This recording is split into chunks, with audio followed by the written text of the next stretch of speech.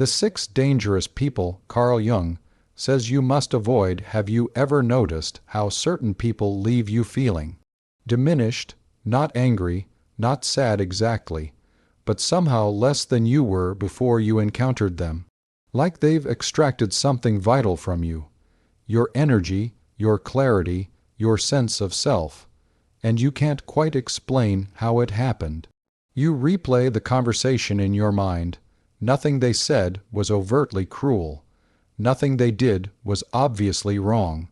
Yet you're left with this hollow feeling, this vague sense of having been invaded, of boundaries crossed you didn't even know you had. Here's what most people don't understand.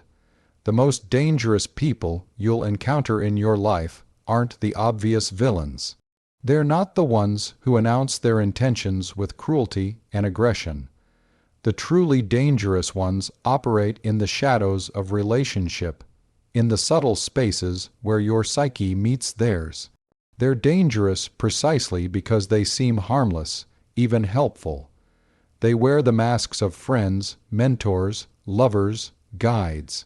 Carl Jung spent decades studying the hidden dynamics of human relationship, the unconscious exchanges that happen beneath the surface of every interaction.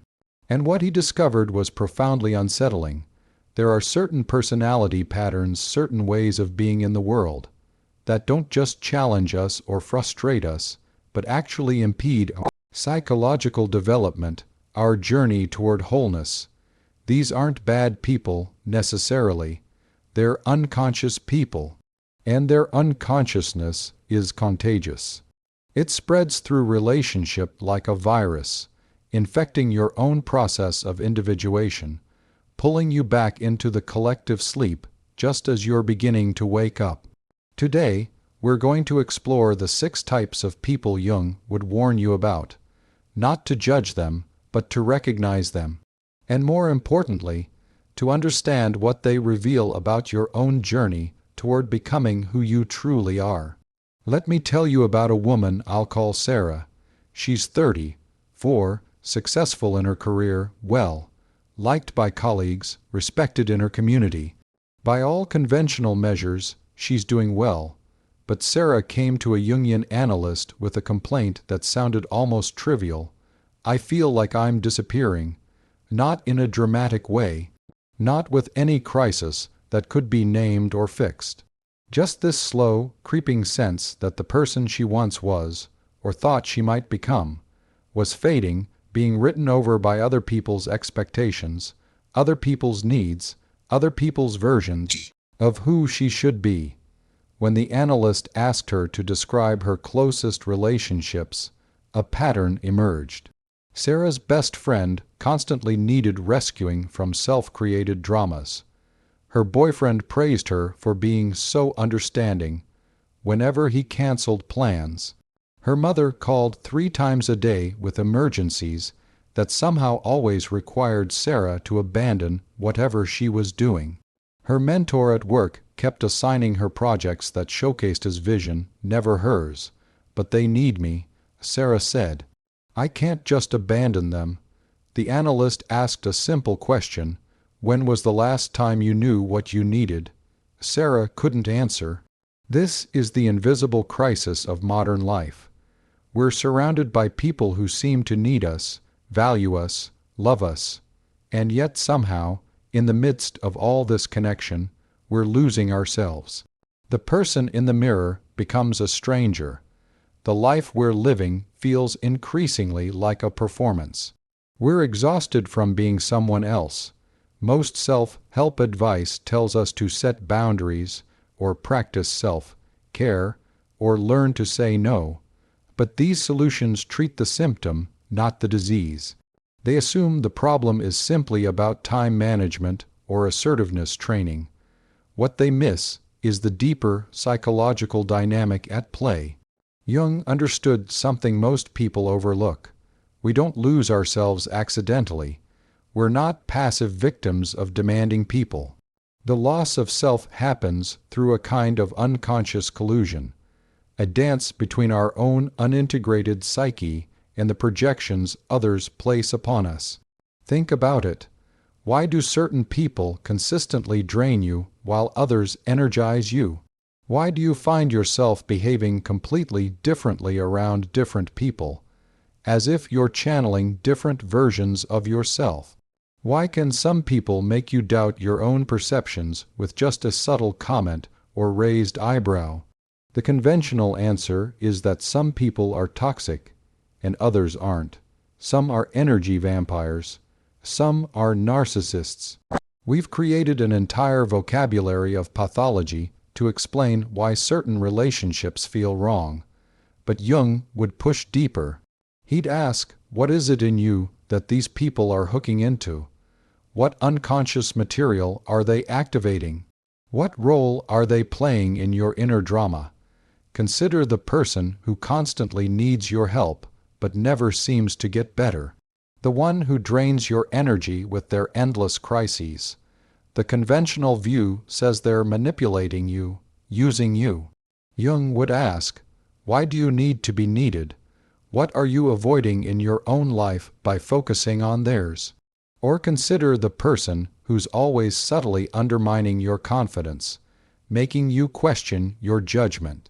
The conventional view says they're gaslighting you, controlling you. Jung would ask, why do you give away your authority so easily? What are you afraid to know about yourself? This is where Jung's insight becomes radical. The dangerous people in your life aren't dangerous because they're bad. They're dangerous because they're unconscious, and they're activating your unconsciousness.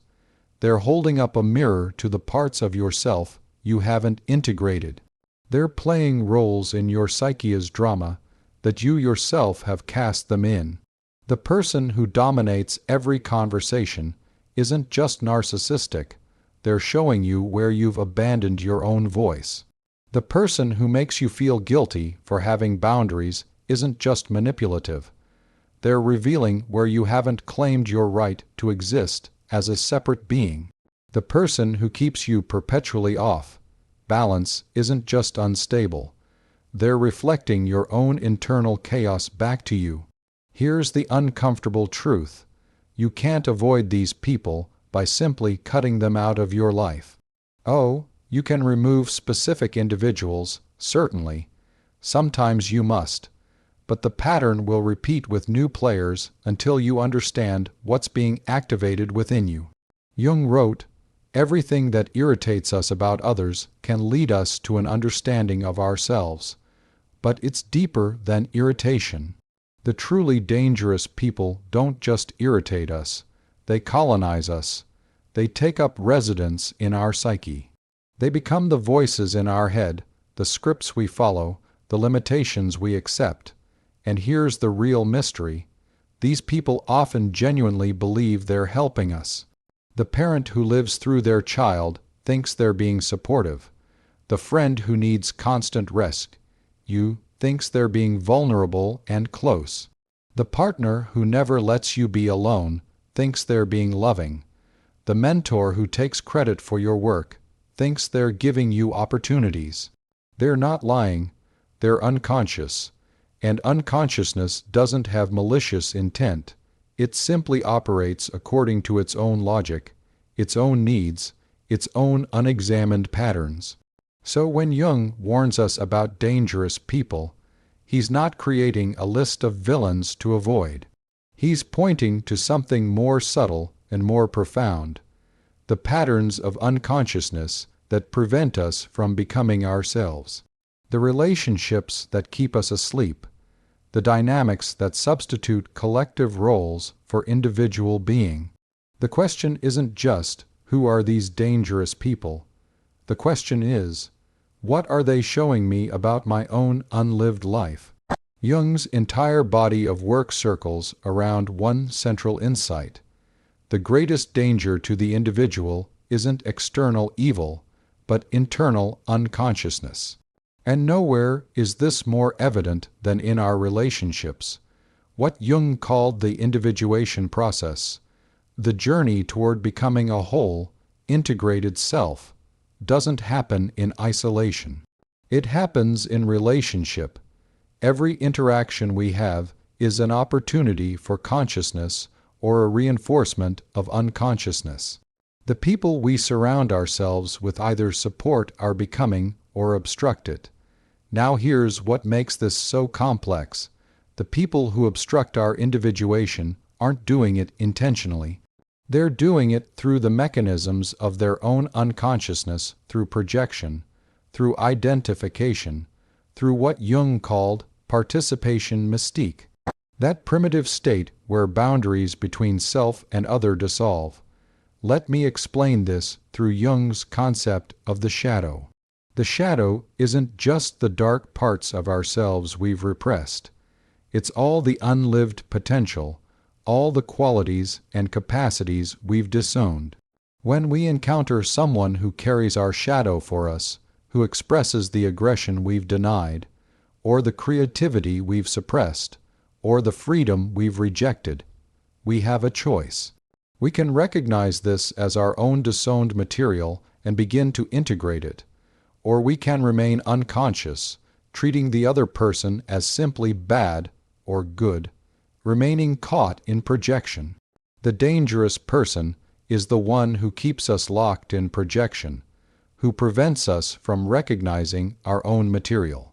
They do this not through any deliberate strategy, but through their own unconscious patterns. Jung identified several specific patterns that are particularly obstructive to individuation. Let's examine 6 of them closely. The first dangerous pattern is what we might call the devouring mother or father. This isn't necessarily a biological parent. It's an archetypal pattern that can show up in any relationship.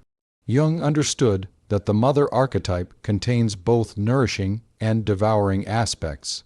The nourishing mother supports growth and independence.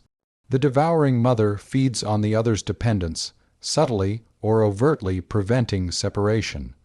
This person loves you genuinely, but their love comes with invisible chains.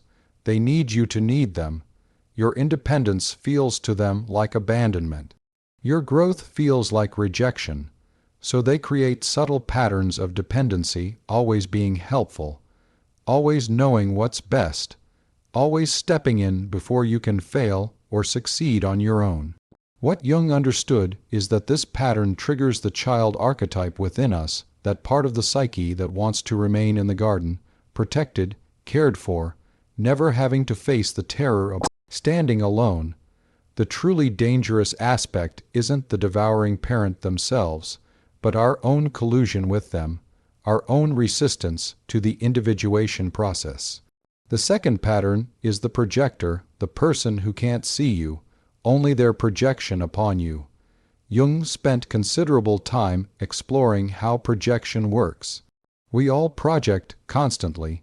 We see in others what we can't see in ourselves. But most people can eventually recognize their projections and withdraw them. The dangerous projector cannot or will not. This is the person who insists they know who you really are, who can't hear what you're actually saying because they're too busy hearing what they need you to say. They've cast you in a role in their internal drama, the hero, the villain, the savior, the betrayer, and no amount of reality can dislodge that role. Jung would say this person is living in a state of unconscious identity. They haven't separated their inner world from the outer world. You become a screen for their psyche's cinema, and the danger is this. If you're around them long enough, you start to doubt your own reality. You start to wonder if maybe you are the person they see. Their projection begins to colonize your sense of self. The third pattern is what Jung might call the rigid persona, the person who's completely identified with their social mask. Jung distinguished between the persona, the mask we wear in social contexts, and the self, the totality of who we are. A healthy individual can put on and take off various personas as needed, knowing they're not identical with any of them. But the dangerous person has become their mask, the successful businessman who is nothing but success, the spiritual teacher who is nothing but enlightenment, the caregiver who is nothing but service, They've sacrificed depth for appearance, being for seeming. Why are they dangerous? Because they demand that you do the same.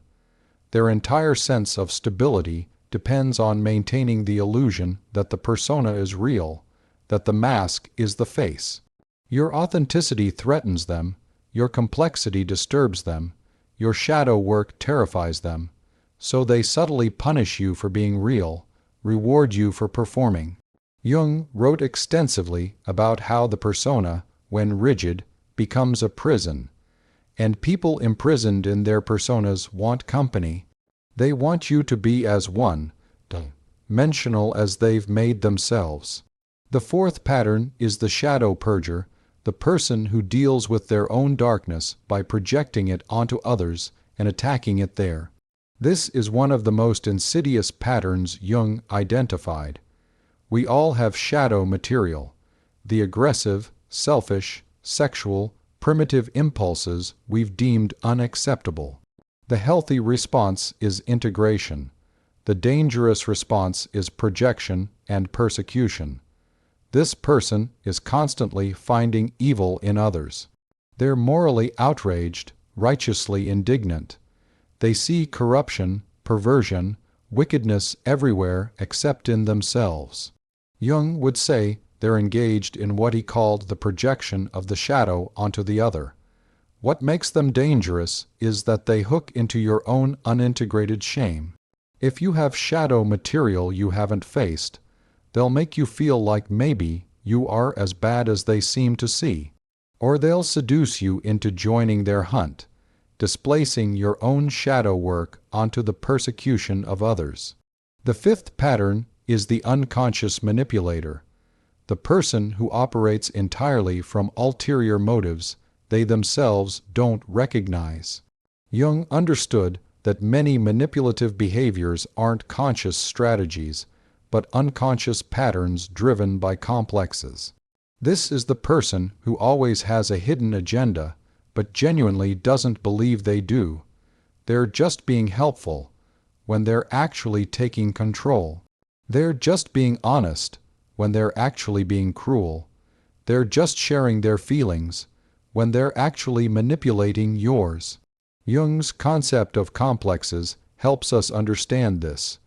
A complex is an emotionally charged constellation of psychic contents, memories, feelings, images, organized around a core theme. When a complex is activated, it takes over the personality, operating autonomously. The unconscious manipulator is driven by complexes they haven't integrated, and everyone around them becomes a player in the complex's drama. The sixth and perhaps most subtle pattern is what we might call the false individual, the person who performs rebellion without actually individuating. Jung distinguished between individuation and mere individualism. Individuation is the genuine process of becoming one's true self. Individualism is often just another form of inflation, of identification with an image. This person looks like they're individuating. They reject social norms, question authority, walk their own path, but they're not becoming themselves. They're identifying with the archetype of the rebel. They're as unconscious as the conformist, just in the opposite direction. They're dangerous because they can seduce you into confusing authentic individuation with mere nonconformity. They make you think that rejecting your parents' values is the same as discovering your own. They confuse destruction with transformation. Jung's concept of enantiodromia is crucial here, the principle that everything eventually transforms into its opposite. The person who rigidly identifies as a rebel will eventually become what they're rebelling against, because they never transcended the duality, never integrated the tension of opposites. What makes all six of these patterns truly dangerous, from Jung's perspective, isn't that they're evil. It's that they're unconscious, and they activate and reinforce your unconsciousness. They keep you asleep by keeping themselves asleep. They prevent your individuation by preventing their own. To fully understand what Jung is pointing toward, we need to step back and consider the philosophical ground he's standing on. Jung wasn't just a psychologist. He was engaging with questions philosophers have wrestled with for millennia. What is a self? What does it mean to be authentic? How do we distinguish genuine being from mere performance? Søren Kierkegaard, the Danish philosopher who profoundly influenced Jung, wrote about what he called the despair of not willing to be oneself. He distinguished between the aesthetic life, lived on the surface, seeking pleasure and avoiding pain, and the ethical and religious life, which required the individual to stand before themselves and God in absolute honesty. What Kierkegaard understood, and what Jung later explored psychologically, is that most people are fleeing from themselves. Not consciously, but existentially. We construct elaborate lives that look like our own, but are actually borrowed from the collective, from family expectations, from social scripts. The dangerous people in our lives are often those who help us maintain this flight.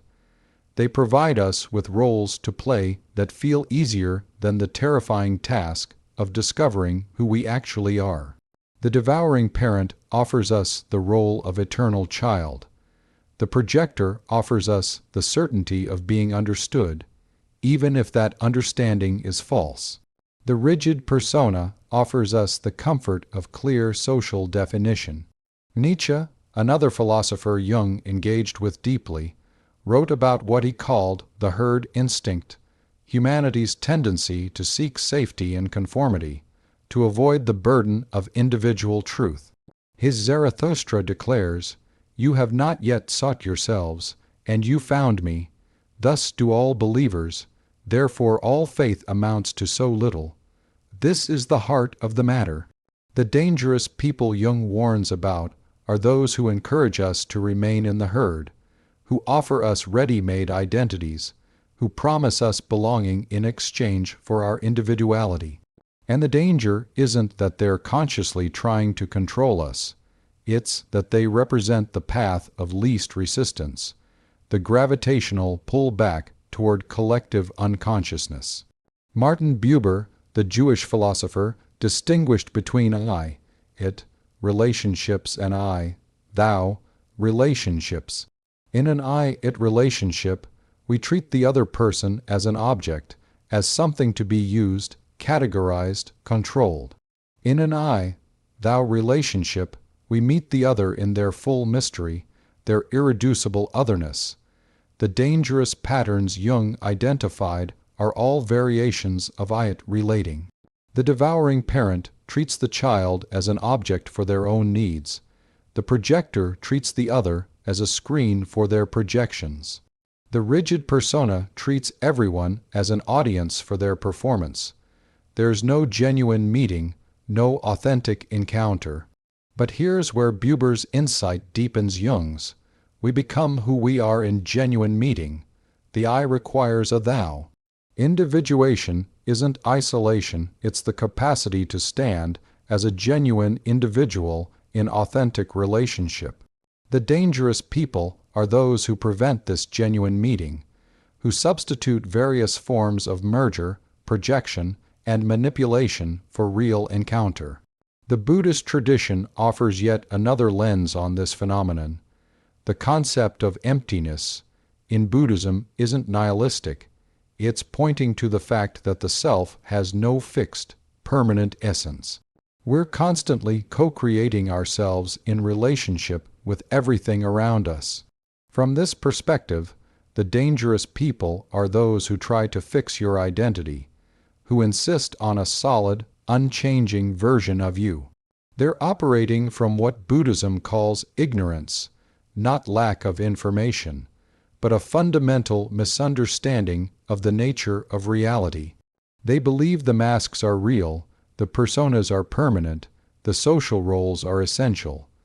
This connects to Jung's concept of the collective unconscious. We're not isolated egos. We're participating in vast transpersonal patterns, archetypal structures that precede and transcend individual experience. The question isn't whether we're influenced by these patterns, we inevitably are. The question is whether we're conscious of them. The dangerous person is unconscious of the patterns they're enacting. They're possessed by archetypes they don't recognize. The devouring mother is possessed by the negative aspect of the mother archetype. The shadow purger is possessed by the archetype of the righteous judge. They've lost themselves in the pattern.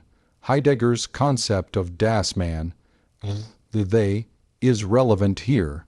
Heidegger argued that we mostly live in a mode of existence where we do what one does, think what one thinks, feel what one feels.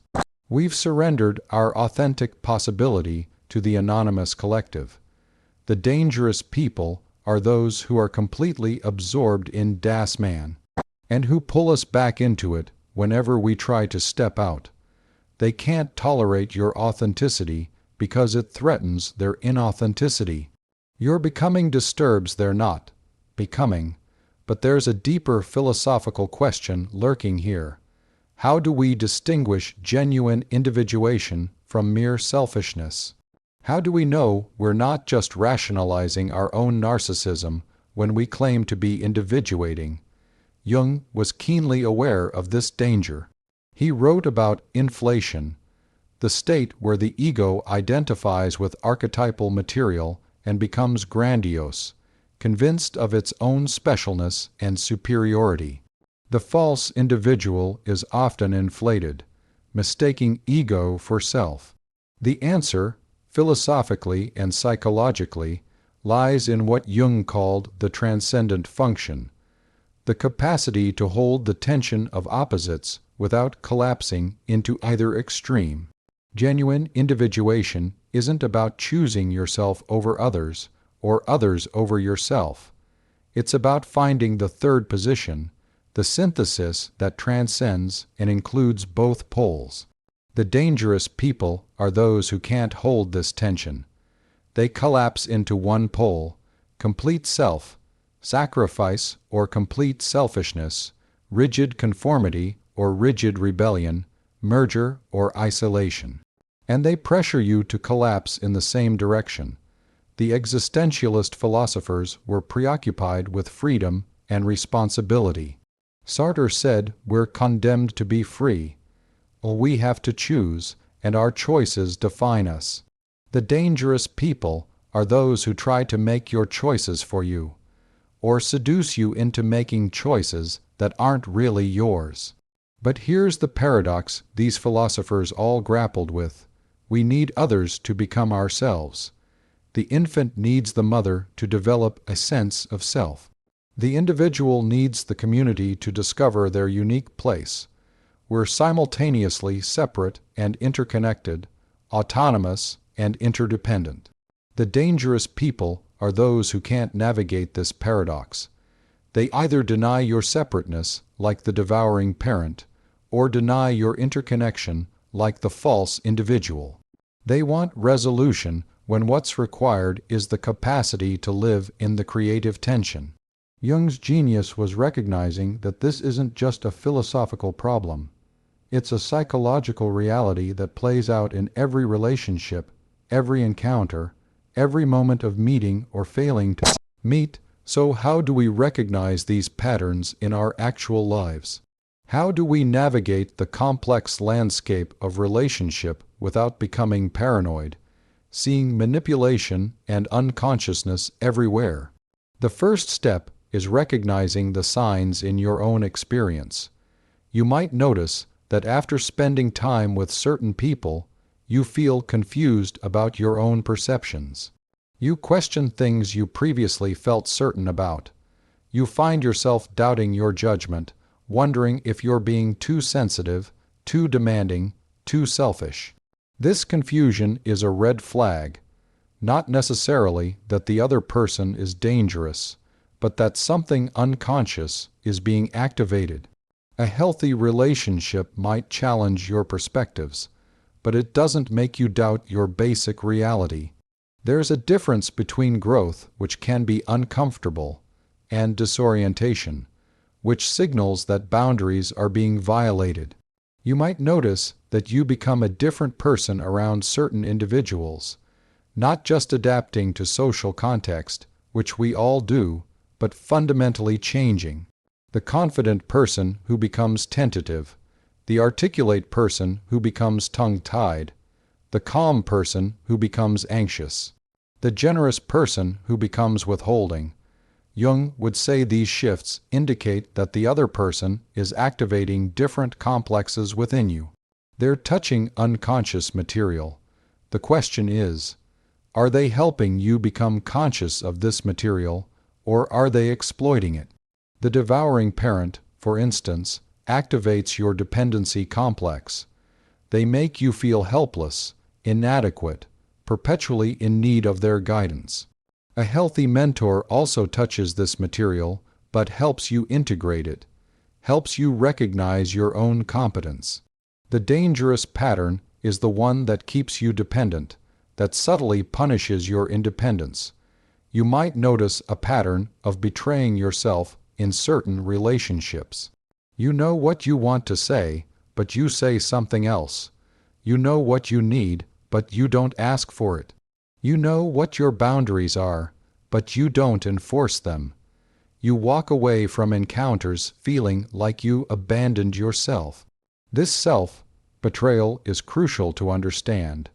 It's not just the other person making demands, it's you collapsing in the face of those demands. And Jung would ask, what are you getting from this collapse? What does it allow you to avoid? Often, we betray ourselves to avoid conflict, to maintain connection, to keep up a certain image. But beneath that, we might be avoiding the deeper terror of standing alone, of claiming our authority, of discovering who we actually are when we're not performing for others. Here's a practical lens. Ask yourself after an interaction, do I feel more like myself or less like myself? Healthy relationships, even challenging ones, leave you feeling more integrated, more whole. Dangerous patterns leave you feeling fragmented, confused, diminished. The projector leaves you feeling like you're arguing with their hallucination of you, never being heard. The rigid persona leaves you feeling like you have to edit yourself, present only acceptable parts. The Shadow Purger leaves you feeling vaguely guilty or defensive, even when you've done nothing wrong. Another sign, the relationship is stuck. You have the same conversation repeatedly, the same conflict, the same dynamic. Nothing evolves, nothing transforms. Jung understood that healthy psychic material wants to move, to develop, to transform. When patterns are completely stuck, it indicates unconsciousness on one or both sides. The unconscious manipulator creates this stuckness through what we might call emotional debt. You always owe them something: gratitude, attention, accommodation. You can never quite pay it off. The relationship becomes a kind of endless loop of obligation and resentment. Now, here's the crucial point. Recognizing these patterns doesn't mean you immediately cut these people out of your life. That's often an ego-level reaction that avoids the deeper work.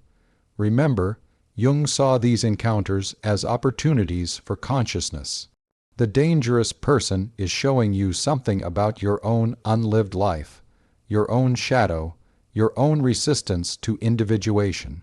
The work isn't to avoid them, though sometimes that's necessary, but to understand what they're activating in you. This shows up in your life as a choice point. When you feel that confusion, that self-betrayal, that sense of being diminished, you can either become more unconscious, collapsing into the pattern, numbing yourself, going along to get along, or you can become more conscious. Becoming more conscious means asking, why am I allowing this? What am I afraid will happen if I don't? What part of me is being served by staying in this pattern? It might mean having difficult conversations, not attacking the other person, but clearly stating your experience, your boundaries, your needs. And here's what's revealing. The truly dangerous patterns will not be able to hear you. They'll deflect, gaslight, make you the problem. A person capable of consciousness might struggle, might be defensive initially, but eventually they can hear you. Sometimes you'll discover that what felt dangerous was simply unconsciousness meeting unconsciousness, and both of you can choose to wake up. Other times, you'll realize the other person is so identified with their pattern that relationship isn't possible without sacrificing yourself. The first step is always recognizing, not from judgment, but from clarity. You begin to see the patterns playing out in real time.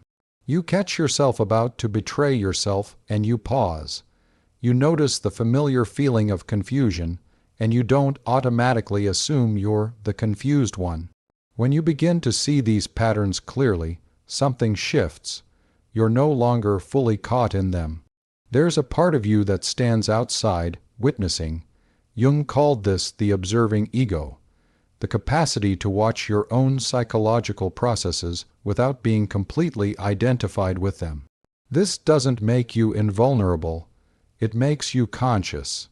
And consciousness, for Jung, was the entire point, not perfection, not invulnerability, but the capacity to see clearly, to choose consciously, to participate in your own becoming rather than being shaped entirely by unconscious forces. What happens when you begin to extract yourself from these dangerous patterns? When you start to recognize the dynamics for what they are, when you stop colluding with your own diminishment. It's not comfortable. In fact, it's often profoundly disorienting. The people who have played these roles in your life will resist your transformation, not because they're evil, but because your change disrupts the established system. You were the competent child who made the devouring parent feel needed. You were the screen that accepted the projection. You were the audience for the rigid persona. Your transformation threatens their homeostasis. Some relationships will end, not because you're being cruel, but because there was no real relationship, only a pattern, a mutual unconsciousness. When you withdraw from the pattern, there's nothing left. This can be heartbreaking, recognizing that what you thought was love or friendship was actually a kind of mutual exploitation of each other's complexes. Other relationships will transform. The other person, challenged by your consciousness, begins their own individuation process. The dynamic shifts from unconscious collusion to genuine meeting. You discover the real person beneath the pattern, and they discover you. But the deepest transformation is internal. You begin to reclaim the parts of yourself you'd abandoned to maintain these relationships. The voice you stopped using, the needs you stopped acknowledging, the boundaries you stopped enforcing, the dreams you stopped pursuing. You realize how much energy you were spending managing other people's unconsciousness. How much of your life force was going into playing roles in other people's dramas, managing their emotions, accommodating their projections. When you stop doing this, you have access to tremendous energy that can now go into your own becoming. There's often a period Jung called the dark night of the soul, a time when you've left the old patterns but haven't yet established new ones. You feel alone, uncertain, disconnected. The old relationships that defined you are gone or transformed. You don't yet know who you are without those definitions. This is where many people turn back. They re-enter the dangerous patterns because the discomfort of not knowing themselves is too great. But if you can stay with this uncomfortable space, something remarkable happens. You begin to develop what Jung called the authentic personality, a sense of self that isn't dependent on others' projections, isn't defined by roles and personas, isn't fragmenting yourself to maintain relationships. You become more integrated, more whole. This doesn't mean you become isolated or individualistic in the shallow sense. It means you can enter relationships as a whole person, capable of genuine meeting. You can be intimate without merger. You can be connected without dependency. You can love without losing yourself. You notice that new people begin to enter your life, or old relationships take on new dimensions. These are people who can meet you in your complexity, who aren't threatened by your wholeness, who encourage your individuation rather than obstructing it. Jung spoke of the transcendent function, the psyche's capacity to create new solutions, new syntheses that transcend previous limitations. This becomes available when you're no longer caught in the old patterns. You find creative solutions to dilemmas that previously seemed impossible. You discover capacities you didn't know you had. But here's what's essential to understand. This isn't a destination. It's an ongoing process. You'll encounter new dangerous patterns, new invitations to unconsciousness. But now you have the capacity to recognize them. You've developed what Jung called conscious awareness, not perfection, but the ability to see clearly and choose consciously. You realize that the dangerous people in your life were, in a strange way, gifts.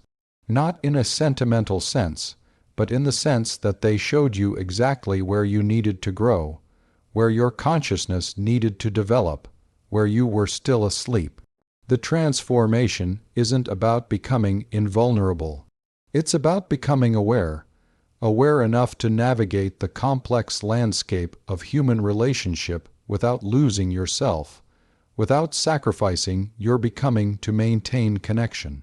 This is what Jung meant by individuation, not isolation, but the capacity to be a genuine individual in authentic relationship. Remember that woman, Sarah, who felt like she was disappearing. Not long after beginning her work with the Jungian analyst, she did something that terrified her. She said no. Not dramatically, not with elaborate explanations. Just a simple, clear no to her best friend's latest crisis, to her boyfriend's assumption of availability, to her mother's demand for immediate attention. The responses were revealing. Her friend accused her of being selfish. Her boyfriend said she was changing, becoming hard. Her mother said she didn't recognize her anymore, and Sarah realized they were right. She was changing. She was becoming someone they didn't recognize, because they'd never actually seen her. They'd only seen the role she played, the projections they placed upon her, the parts of herself she'd offered up for their consumption. The recognition was both painful and liberating. Painful because it meant accepting that what she'd thought were her closest relationships were, in many ways, illusions. Liberating because she could now begin the work of discovering who she actually was beneath all those roles. This is the journey Jung invites us into. Not a journey of paranoia, seeing dangerous people everywhere, but a journey of consciousness, recognizing the patterns that keep us asleep. The 6 types of dangerous people we've explored: the devouring parent, the projector, the rigid persona, the shadow purger, the unconscious manipulator, and the false individual aren't monsters. They're patterns of unconsciousness we all participate in, to varying degrees. We've probably played each of these roles ourselves at different times. The point isn't to judge them or avoid all relationship. The point is to wake up, to recognize when we're being invited into unconsciousness, when we're being asked to sacrifice our becoming for someone else's comfort. The question Jung leaves us with isn't, how do I avoid dangerous people? It's how do I become conscious enough to navigate relationship without losing myself? This is the work of a lifetime. Not a problem to be solved, but a process to be lived. Not a destination to reach, but a way of being to embody. The dangerous people in your life are showing you where you need to grow. Are you willing to see what they're revealing? The journey toward becoming yourself is the loneliest journey you'll ever take, and it's the only journey worth taking.